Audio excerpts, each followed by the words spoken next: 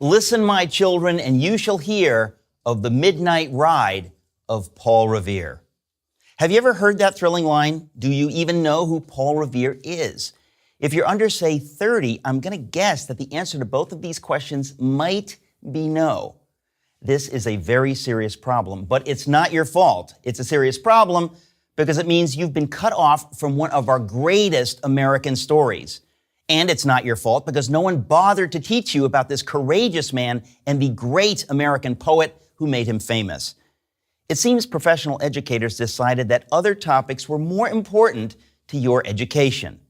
But they made a mistake, a big one. The story of Paul Revere is part of our heritage.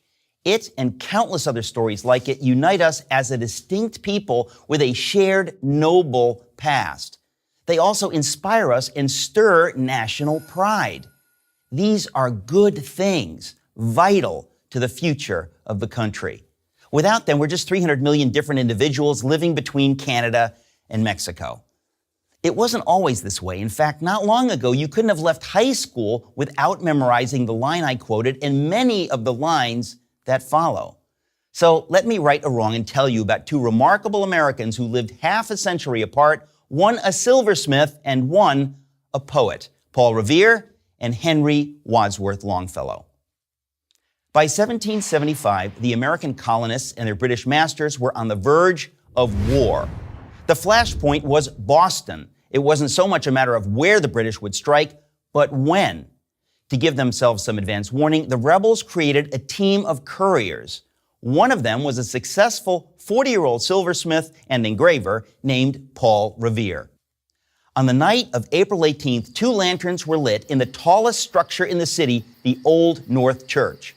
This was the signal that the fateful moment had arrived. The British were coming. Revere rode out into the darkness to warn his compatriots to prepare for a fight. That fight came the next day in Lexington. The War of American Independence had begun. But in the decades following, history mostly forgot Paul Revere. After serving in the war, he had an extraordinary career as an early industrialist, building a significant business that survives to this day as Revere Copper. But when he died in 1818, his obituary made no mention of his daring ride. The only reason we still know of him is because of another crisis in American history, the Civil War. Henry Wadsworth Longfellow had been an ardent opponent of slavery, an abolitionist, from the time he was a young man. By 1860, he was America's most famous poet. An epic struggle was coming, one that would again determine the future of the nation. He anxiously wondered whether the people of the northern states would be up to the challenge that lay ahead. What might he do to inspire them? Longfellow remembered a story he'd read many years before about Revere's ride. He recreated it with consummate skill. As you read his glorious poem, you can almost hear the thundering hooves of the silversmith's horse.